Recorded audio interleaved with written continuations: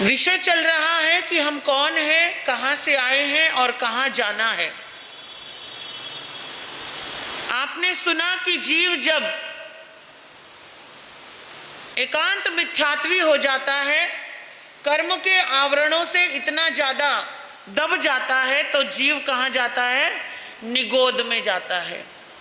अव्यवहार राशि में से निकल करके व्यवहार राशि में आता है जब एक आत्मा मोक्ष चली जाती है। मेरी आत्मा, आपकी आत्मा आज से असंख्याता काल समय पहले जब निगोद से बाहर निकली तो कहां आ गई? पृथ्वी काया में आ गई। पृथ्वी में मिट्टी बनी, पत्थर बनी, पहाड़ बनी, अनेक रंग अनेक रूप मिले। लाखों करोड़ों वर्षों तक वो मिट्टी में ही रही। वहां से निकली, पानी में चली गई। पानी भी एकेंद्रिय ही होता है, सिर्फ पानी के जीव को भी शरीर मिला हुआ है, स्पर्श इंद्रिय मिली हुई है। वहां भी हजारों लाखों वर्ष भटकती रही। वहां से निकली अग्नि, अग्नि से निकली वायु, वायु से निकली वनस्पति। वनस्पति में भी करोड़ों बार हमारा छेदन भेदन होता रहा, क्योंकि शरीर केवल सहन कर सकता है, स्पर्श कर सकता है, महसूस कर सकता है। एक एक वृक्ष को आपने देखा होगा कि 1000 साल पुराना है, 2000 साल पुराना है। आप कभी हस्तिनापुर गए हो? गए हो तो हस्तिनापुर में बताया जाता है कि जंगल में आज भी वो कुआं है जहां पांडव खेला करते थे। सुना है आपने? देख के आए हो कभी? शायद जंगल में गए होंगे, देख के आए होंगे। जो आखिरी निसिया जी है आदिनाथ भगवान की, वहां उसके बाद वो शुरू होता है जंगल। अधिकतर लोग नहीं जाते, बीच में से ही मंदिरों के दर्शन करके आ जाते हैं। अब की बार जाओ तो देख के आना। और वहां पर एक वृक्ष भी है, वो एक वृक्ष भी है, और कहा जाता है ये वृक्ष भी वही उसी समय का है। वट वृक्ष है और लगभग 5000 साल पुराना है। और उस वृक्ष का आवर्त ही इतना बड़ा हो चुका है कि ये आधा हॉल बन जाए, इतना बड़ा उस वृक्ष का आवर्त है। और जड़ें ऊपर से निकलकर जमीन में इतनी गहरे जा चुकी हैं कि वापस ऐसा लगता है मानो पेड़ ही पेड़ खड़े हो। जो मूल में उस वृक्ष का जीव है, मूल में एक छोटा सा बड़के पेड़ का बीज जो होता है, देखा है आपने? बड़के पेड़ का बीज, जो फल होता है, छोटे छोटे फल होते हैं गोल गोल। कभी रास्ते चलते या कभी मंदिर वंदिर गए तो वहां कोई बड़ का पेड़ मिलता है, उसके नीचे बिखरे रहते हैं छोटे छोटे, देखें? उसको अगर फोड़ो या फूटे हुए दिखे तो बारीक बारीक बीज होते हैं, इतने बारीक, मतलब चींटी के भी कम से कम 5 हिस्से कर दो, इतने बारीक बीज होते हैं वट वृक्ष के फल के। वो एक छोटे से बीज में इतनी बड़ी ताकत छुपी हुई है, हजारों वर्ष जीने की ताकत और इतना बड़ा आवर्त बनाने की उस नन्हे से बीज में ताकत है। उस बीज को देखकर हम अनुमान नहीं लगा सकते कि ये कभी इतना विशाल काय वृक्ष बन सकता है, लेकिन जब वृक्ष को सामने देखते हैं तो हमें यकीन होता है कि ये उसी बीज का क्या है? परिणाम है ना?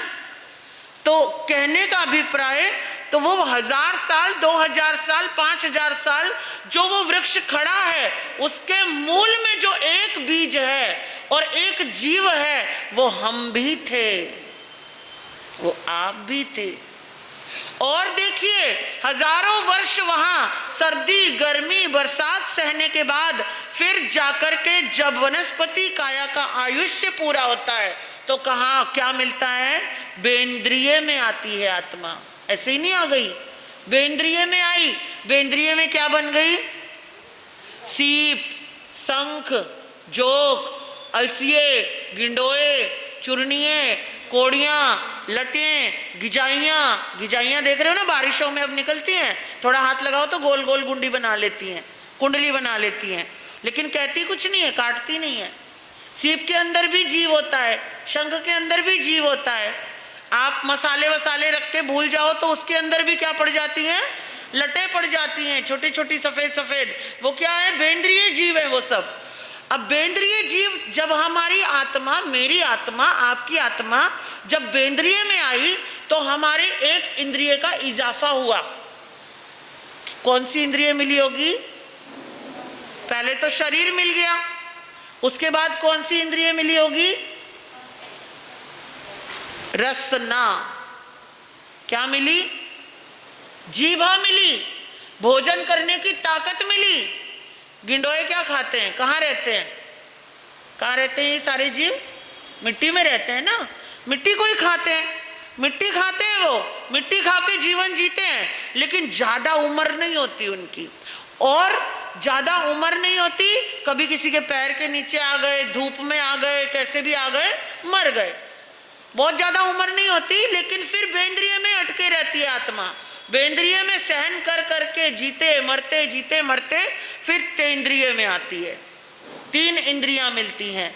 मिली हमें, मुझे, आपको, दूसरे की बात नहीं करनी, हमें मिली, क्योंकि हमारा चिंतन हमारे लिए है अभी, कि हम कौन थे, हम कहाँ से आए हैं, ये विचार है।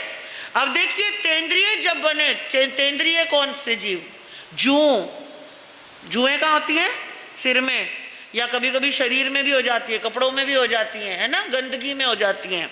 जूं, लीक, चाचड़, जो कुत्तों के जीव होते हैं ना, छोटे छोटे चिपक जाते हैं तो खून पीते रहते हैं। माकड़, ढोरे, छोटे छोटे जो अनाज में हो जाते हैं, है ना, ये सारे क्या हैं? ये तेंद्रिय जीव हैं। अब शरीर मिला, शरीर मिला, जीवा मिली, भोजन की ताकत मिली, लेकिन एक और चीज मिली। क्या मिली? क्या मिली होगी? बुद्धि? ना ना ना, अभी तक कोई बुद्धि नहीं मिली, अभी तो मन भी नहीं मिला, अभी तो वो सन्नी भी नहीं है, असन्नी जीव है वो। एक चीज और मिली, जानते हैं क्या?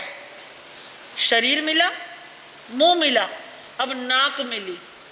चींटियां, चींटियां क्या हैं? तेंद्रिय हैं। कहीं भी आप खाने की वस्तु छुपा दो, जहां आप खुद भूल जाओ रख के, लेकिन चींटियां नहीं भूलेंगी। चींटी बराबर वहां पहुंच जाएगी, चाहे आप लटका दो आसमान में, चाहे कहीं भी पहुंचा दो। चींटी मकोड़े कहां पहुंच जाते हैं? भोजन की वस्तु तक पहुंच जाते हैं। किसके आधार पे? उनको आंखें नहीं होती, वो नाक के आधार पे पहुंचते हैं। आगम कहता है, महावीर कहते हैं कि नासिका इतनी तीव्र गंध वाली होती है कि वो वहां पहुंच जाते हैं। तो 3 इंद्रियां मिली, पर वहां भी किसी ने हीट डाल दिया, किसी ने फिनाइल डाल दिया, किसी ने कुछ डाल दिया, किसी ने कुछ डाल दिया, या स्वतः ही अपने आप भी आयु बहुत कम होती है। बेंद्रिय, तेंद्रिय, चौरेंद्रिय तक आयु बहुत कम होती है, तो उनकी भी आयु कम होती है, वहां से निकलते हैं, चौरेंद्रिय में आ जाते हैं। अब 4 इंद्रियां मिली, किसको? मुझे, आपको 4 इंद्रियां मिली, और 4 इंद्रियों में एक चीज और बढ़ गई। कौन सी? शरीर, रसना, नाक, घ्राण, और अब आंखें। कान अभी भी नहीं मिले, सुनने की शक्ति अभी भी नहीं मिली, लेकिन देखने की शक्ति मिल गई। मक्खी, मच्छर, भमरा, भमरी, टिड्डे, पतंगे, ये सारे क्या हैं? ये चौरेंद्रिय हैं।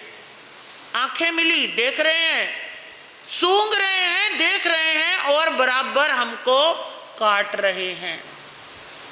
अब कितना ही मच्छर को गाली दे दो, उसे सुनाई नहीं देगा, उसे मान अपमान का कोई भय नहीं है, क्योंकि उसके अंदर तो दिल और दिमाग है ही नहीं, उसे मन नहीं मिला हुआ, वो असन्नी है, समूर्छिम नहीं है, लेकिन असन्नी है, असन्नी त्रियंच है। अब आगे बढ़े, आगे बढ़े, वहां भी कभी मर गए, कभी मार दिए गए, आगे बढ़े तो 5 इंद्रियां मिली, पंचेंद्रिय बने। कौन से पंचेंद्रिय बने? त्रियंच पंचेंद्रिय बने। कौन से पंचेंद्रिय बने? त्रियंच पंचेंद्रिय बने। और उसमें चाहे हम हाथी बने हो, चाहे हम घोड़ा बने हो, चाहे हम गधा बने हो, चाहे कुत्ता बने हो, चाहे बिल्ली बने हो, चाहे सांप बने हो, चाहे पक्षी बने हो आसमान के, चाहे जल में रहने वाले मगरमच्छ बने हो, मछलियां बने हो, कुछ भी थे, लेकिन पंचेंद्रिय में आ गए। अब पंचेंद्रिय में 5 इंद्रियां मिल गई, कान भी मिल गए। बताओ तो पहली कौन सी है? आकाश। पहली इंद्रिय कौन सी थी? हाँ, शरीर, जिसे स्पर्श बोलते हैं। सीखते भी जाना, ध्यान रहेगा। जिसे स्पर्श बोलते हैं शरीर। दूसरी इंद्रिय कौन सी थी? रसना, जीभा, चखने की शक्ति। तीसरी है नाक, घ्राण, जिसको घ्राण बोलते हैं, और गंध लेना, जिसका स्वभाव है, सुगंध हो या दुर्गंध हो, है ना। अब आगे बढ़े तो क्या मिली? आंखें मिली, जिनको क्या बोला जाता है?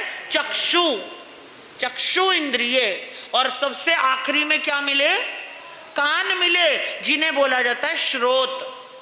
श्रोत यानी श्रुत। श्रुत बोलते हैं ज्ञान को, श्रोता बोलते हैं सुनने वाले को, श्रोत बोलते हैं जहां से जा रहा है कानों में, है ना। कान को श्रोत इंद्रिय बोलते हैं, लेकिन वहां से बोलते उल्टा है। श्रोत इंद्रिय, चक्षु इंद्रिय, घ्राण, रस और स्पर्श। लेकिन शुरू कहां से होता है? आत्मा का जो सफर है वो स्पर्श से शुरू होकर श्रोत तक पहुंचता है।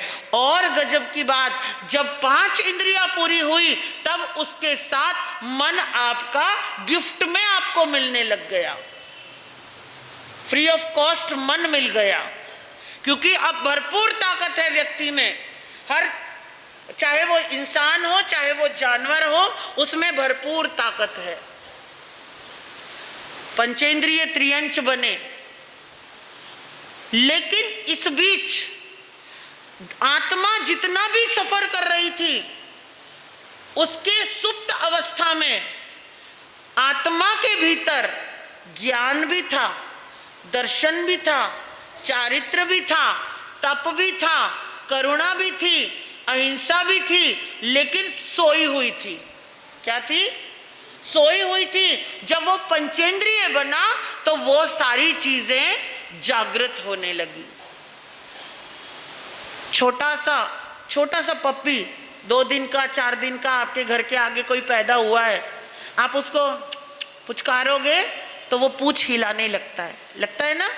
यानी कि उसे आपकी बात समझ में आ रही है कि आप प्रेम से बुला रहे हो, और आप उसको फटकारोगे तो वो भाग जाएगा।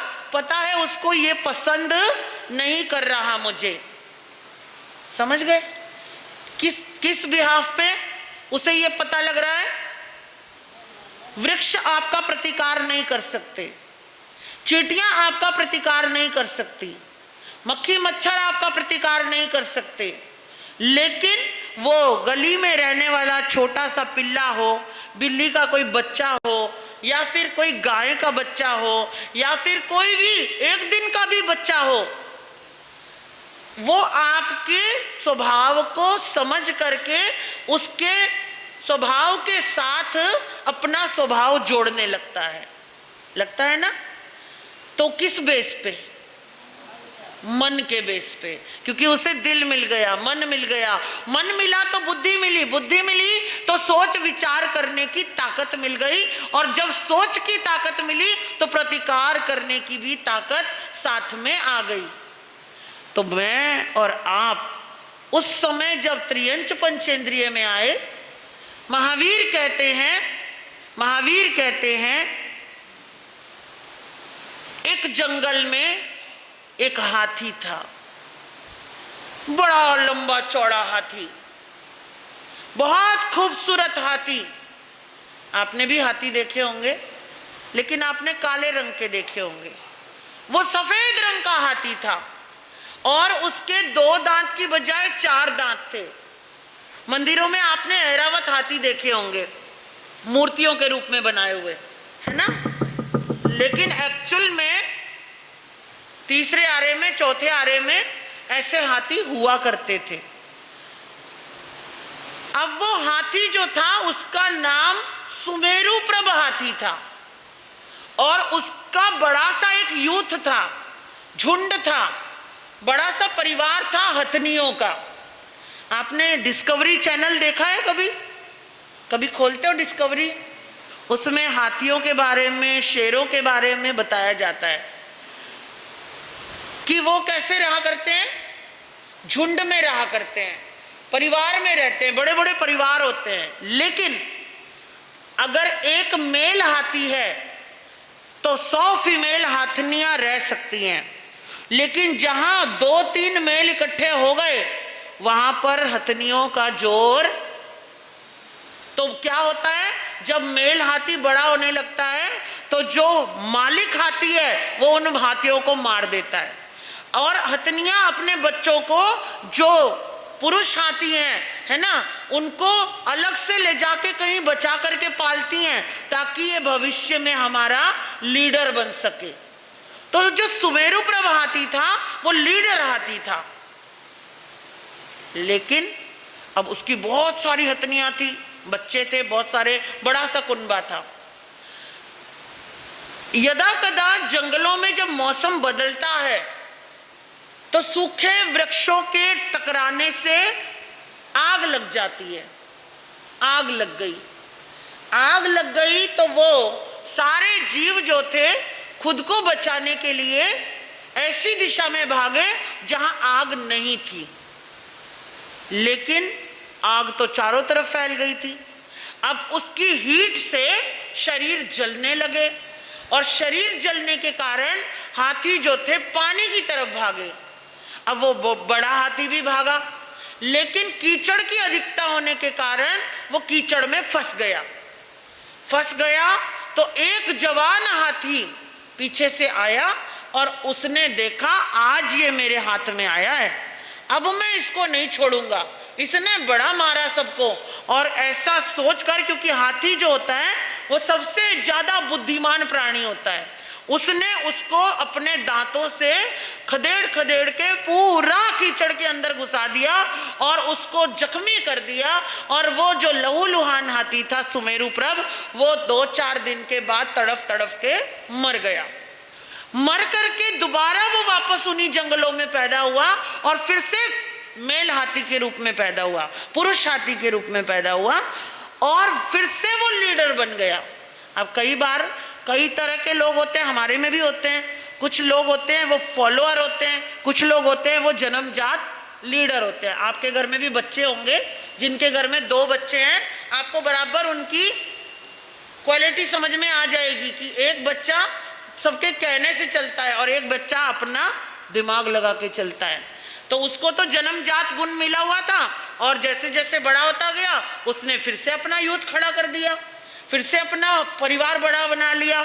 लेकिन अब की बार जब जंगल में आग लगी तो उसको जाति स्मरण ज्ञान हो गया। उसने सोचा ये आग मैंने पहले भी देखी है, और उसको याद आ गया कि भाई पिछले जन्म में क्या हुआ था, मैं दुर्घटना का शिकार हो गया था, पर इस जन्म में अपने साथ ऐसा नहीं होने दूंगा। और ये विचार करके उसने, जब अग्नि शांत हो गई, अब उसने एक काम करना शुरू किया, एक बड़ा सा बाड़ा बनाना शुरू किया। वहां से नित्य प्रतिदिन अपने हाथियों के ग्रुप को लेके जाता और झाड़ झंखाड़ घास फूस तिनके सब हटाता रहता। अब मौसम फिर बदले, मौसम तो बदलने ही है, हर 4 महीने में बदल जाते हैं। अब मौसम फिर बदले, फिर गर्मी से सर्दी आई, सर्दी से फिर बरसात आई, बरसात से वापस क्या आ गई, वापस गर्मी आनी, सर्दी आई, सर्दी के बाद फिर गर्मी आई। अब जब गर्मी आनी शुरू हुई और फिर से चिंगारियां उठी, फिर से जंगल में आग लगी, लेकिन इस बार सारे हाथी कहाँ भागे, अपना उस बनाए गए बाड़े में भागे। और हाथियों को भागता देखकर जानवर भी उनके पीछे भागे, जंगल के शेर थे, बगेरे थे, है ना, जो कुछ भी थे, नील गाय थी, छोटे बड़े जो भी थे, सब उस बाड़े में भर गए। ध्यान से सुनना, ये कहानी उस पुरुषार्थ की है जो अनजाने में ही हो जाता है, अनजाने में ही हो जाता है आत्मा का पुरुषार्थ। और आत्मा की ग्रेड कैसे बढ़ती है, ये कहानी उस चीज की है। अब कहते हैं जब बाड़े में सब खड़े हो गए, ठुसम ठुस भर गए, वहां पर पैर रखने की, तिल रखने की जगह नहीं है। सांप भी उसी में, नेवला भी उसी में, गाय भी उसी में, सुअर भी उसी में, बगेरे भी उसी में, पर आज कोई किसी को कुछ बोल नहीं रहा। बेशक वो भूखे थे, 3 दिन आग चलती रही, मगर वहां किसी ने किसी को कुछ नहीं कहा। अब हुआ क्या, जब वो बाड़े में हाथी पहुंचे जो वो बड़ा हाथी था, उस हाथी के एक पाँव में खुजली हुई, आगे के पाँव में। अब खुजली हुई तो उसने अपना पाँव उठाया और कान खुजाया। कान खुजा करके जैसे ही वो पाँव नीचे रखने लगा, उसकी नज़र नीचे गई, कुछ गुदगुदा सा पैर में लगा। उसने देखा कि उसका जो पाँव का हिस्सा था, क्योंकि हाथी का पाँव कम से कम इतना तो होता ही है, उस पाँव की जगह पे एक खरगोश आके बैठ गया। कौन बैठ गया? खरगोश बैठ गया। अब वो विचार करने लगा हाथी कि भैया ये तो गलत हो जाएगा, अगर मैंने पैर नीचे रख दिया तो ये मर जाएगा। जब मुझे मरना पसंद नहीं है तो इस बेचारे को मरना तो बिल्कुल पसंद नहीं है, इसको मैं कैसे मार सकता हूं। और ये विचार आकर के हाथी ने क्या कर दिया, फोन नीचे, टाइम हो गया क्या, जाना है? हाँ, हाथी ने क्या कर दिया, पाँव को बीच में ही लटका दिया, 3 पैर नीचे, 1 पैर अधर में। अब 1 दिन बीता, 2 दिन बीते, 3 दिन बीत गए, अग्नि शांत हो गई, मूसलाधार बारिश आ गई, सारे जानवर जो थे भूखे थे और भाग लिए जंगल की तरफ, कुछ मिले खाने को। लेकिन अब वो हाथी भी सारे निकल गए, हथनियां भी निकल गई। अब जो बड़ा हाथी चलने लगा ना, पाँव नीचे उतारने लगा तो पाँव क्या हो गया था। आप 1 घंटा ऐसे आलती पालती में बैठ जाते हैं हम, तो क्या हो जाता है, हमारा पाँव सुन्न हो जाता है। अब हाथी का पैर सुन्न, बिल्कुल जाम हो गया। अब जैसे ही उसने फोर्सफुली नीचे रखना चाहा, वैसे ही वो धड़ाम से क्या हुआ, गिर गया। और इतनी तेज गिरा, इतनी तेज गिरा कि उसके कमर की जो हड्डियां थी, पसलियों की हड्डियां थी, वो टूट गई। अब वो चिंघाड़ने लगा, तड़फने लगा। 7 दिन वो ऐसे ही पड़ा रहा। लेकिन परमात्मा कहते हैं कि उसके मन में एक बार भी ये विचार नहीं आया, मैंने बिना मतलब किसी खरगोश को बचाया, नहीं आया। उसने सोचा चलो मैं जाता हूं तो जाऊं, कोई बात नहीं, वो तो बच गया। एक बार भी विचार नहीं आया। इंसान के साथ अच्छा करने के बाद अगर बुरा हो जाए तो इंसान फौरन सोच लेता है, मैं फालतू में इसके लिए अच्छा सोच रहा था, इससे अच्छा तो इसे मर जाने देना चाहिए था, सोच लेते हैं ना। लेकिन हाथी ने नहीं सोचा। हाथी ने क्या सोचा, मैं जाता हूं तो कोई बात नहीं, वो तो बच गया। उस बात का मुझे बड़ा सुकून है। और जो ये भावना क्रिएट हो रही थी ना, इस भावना ने गजब का काम कर दिया। इस भावना ने उस मरते हुए हाथी का गतिबंध जो था वो किया। कहाँ किया? परमात्मा महावीर के सामने एक संत बैठे हैं, बड़े प्यारे से, बड़े खूबसूरत से राजकुमार, जिनका नाम था मेघ। मेघ कुमार मुनि जो बैठे हैं भगवान के सामने, और भगवान उनको कहानी सुना रहे हैं कि हे मेघ, उस हाथी ने एक क्षण के लिए भी उस कष्ट के बारे में नहीं सोचा। तो हुआ क्या था ऐसा कि भगवान उनको समझा रहे थे? हुआ ये कि भगवान जिस समय मगध नरेश के यहाँ समव शरण की रचना हुई तो राजा श्रेणिक का बेटा, धारिणी का बेटा, रानी धारिणी का बेटा राजकुमार मेघ भगवान की अमृतमयी वाणी सुनने गया, जैसे आप आए हो। और सुनते ही उसको वैराग्य आ गया कि कुछ नहीं है संसार में, मुझे तो क्या लेनी है, दीक्षा लेनी है। माता पिता ने बहुत समझाया, नहीं माना। और भगवान के आगे, माता पिता के आगे सब हार जाते हैं। और माता पिता ने कहा कोई बात नहीं भाई, ठीक है आप ले लो, है ना, ले लो, कोई बात नहीं। अब मेघ कुमार ने क्या ले ली? दीक्षा ले ली। जिस दिन दीक्षा ली 2-3 दिन तक कार्यक्रम चलते रहे। मेघ कुमार के इकलौता बेटा था रानी धारिणी का, और बड़े ठाट बाट के साथ उनकी दीक्षा हुई। और कहते हैं 2-3 दिन कार्यक्रम हुए। अब सुबह सुबह उनका राज तिलक किया गया, नाई को बुलाया गया, 1 लाख स्वर्ण मुद्राएं नाई को दी गई, उनके बाल उतरवाए गए, 1 लाख स्वर्ण मुद्राओं में ओघा लाया गया, 1 लाख स्वर्ण मुद्राओं में उनके लिए, है ना, जो कुछ भी पात्र लाए गए, और भगवान के चरणों में अपने पुत्र को सौंप करके वो आ गए। गाजे बाजों के साथ लेके गए, सौंप दिया, भगवान ने दीक्षा दे दी। पहली ही रात थी, पहली ही रात थी। अब श्रमण भगवान महावीर स्वामी के पास तो बहुत सारे साधु थे। भगवान के कितने साधु थे जानते हो? 14,000 साधु थे भगवान के, पर सारे साथ में नहीं रहते थे, फिर भी हजारों की संख्या में भगवान के साथ रहते थे। 14,000 साधु थे। अब जब रात्रि में सोने लगेंगे तो फिर क्या हो जाएगा, क्रम लगता था, बड़ा छोटा छोटा छोटा छोटा। अब मेघ कुमार का नंबर जब आया तो वो बिल्कुल आखिरी दरवाजे के पास आया। कई साधु थे, हजारों साधु थे। अब आखिरी में नंबर आया तो कहते हैं कि रात्रि कालीन में, क्योंकि उस समय की एक विधि हुआ करती थी, पहले पहर ध्यान करे, दूसरे पहर, पहले पहर स्वाध्याय, दूसरे पहर ध्यान, तीसरे पहर नींद ले, चौथे पहर फिर स्वाध्याय। ऐसे वो समय काल के अनुसार ये बताया जाता था।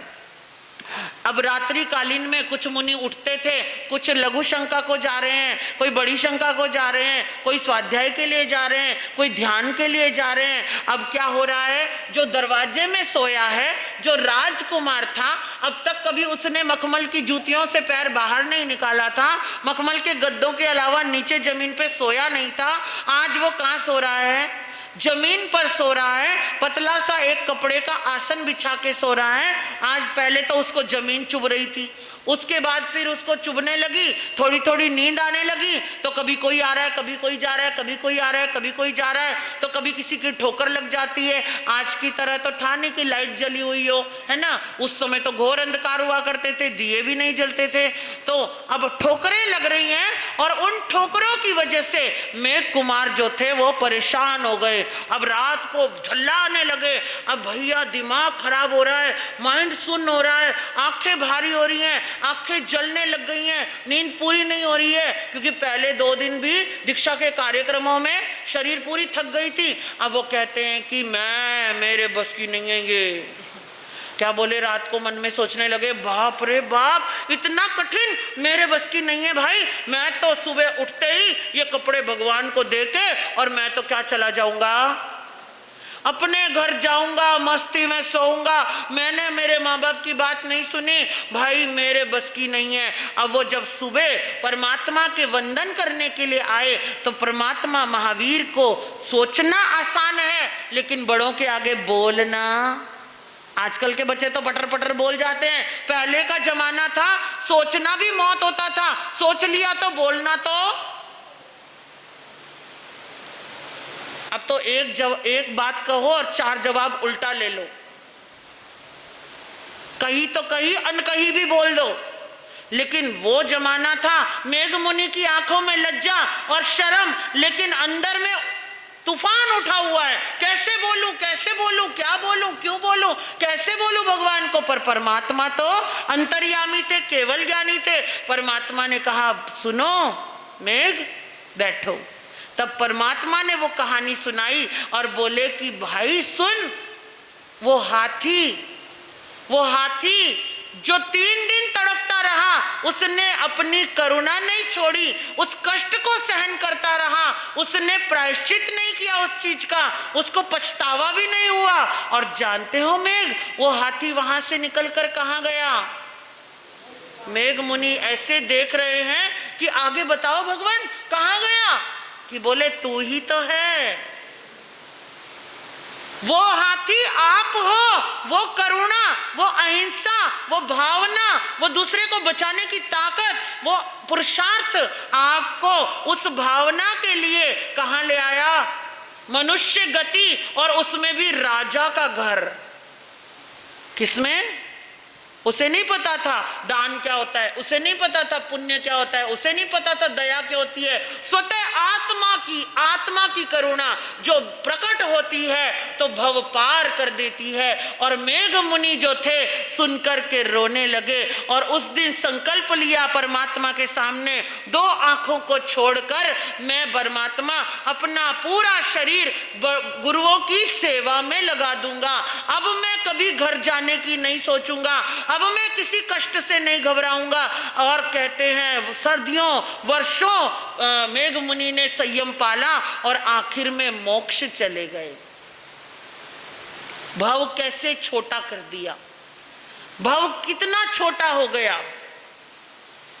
समझ गए किस वजह से?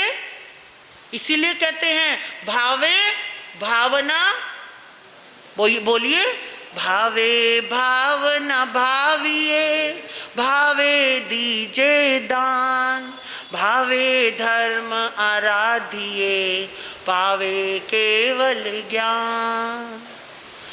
ये जो भीतर में रही हुई जो भावनाएं हैं ना, वो हमारा संसार या तो बढ़ा देती हैं या सीमित कर देती हैं। हमें क्या सोचना है, कितना सोचना है, कब सोचना है, कैसा सोचना है, बस इसको जांच करना है। शरीर में बेशक ताकत कम ज्यादा हो सकती है, लेकिन भावों की ताकत को कम ज्यादा नहीं होने देना है, भावों को नेगेटिव नहीं होने देना है, भावों को विपरीत नहीं होने देना है। कौन क्या कहता है, कौन क्या करता है, कौन कैसे रहता है, कौन कैसे नहीं रहता है, हमें इस दुविधा में पड़ना ही नहीं है। ये यात्रा हमारी है, हम आए हैं निगोद से और सदियों लगा दिए पंचेंद्रिय तक पहुंचने के लिए। और उसमें भी महावीर कहते हैं 4 चीजें परम दुर्लभ है। मानु सत्तम, मनुष्य का भव। सुना ना कि निगोद में असंख्य काल पड़े रहे, एकेंद्रिय में पड़े रहे, वेंद्रिय में तड़फते रहे, तेंद्रिय में कष्ट सहन करते रहे, चौरेंद्रिय में मार खाते रहे, पंचेंद्रिय त्रियंच बनकर धक्के खाते रहे, पता नहीं कितना कुछ सहा होगा, कितना कुछ है ना मार खाई होगी, कितनी ठोकरें खाई होंगी, तब जाकर आत्मा को क्या मिला? मनुष्य का भव मिला। लेकिन हम किस्मत वाले हैं कि मनुष्य का भव तो मिला सो मिला, लेकिन हमें क्या मिल गया? जैन कुल भी मिल गया। अब जैन कुल क्या है इसके बारे में हम कल बात करेंगे, क्योंकि ये भी गजब का विषय है, बड़ा समझने वाला विषय है। तो आइए, और आपका समय हुआ।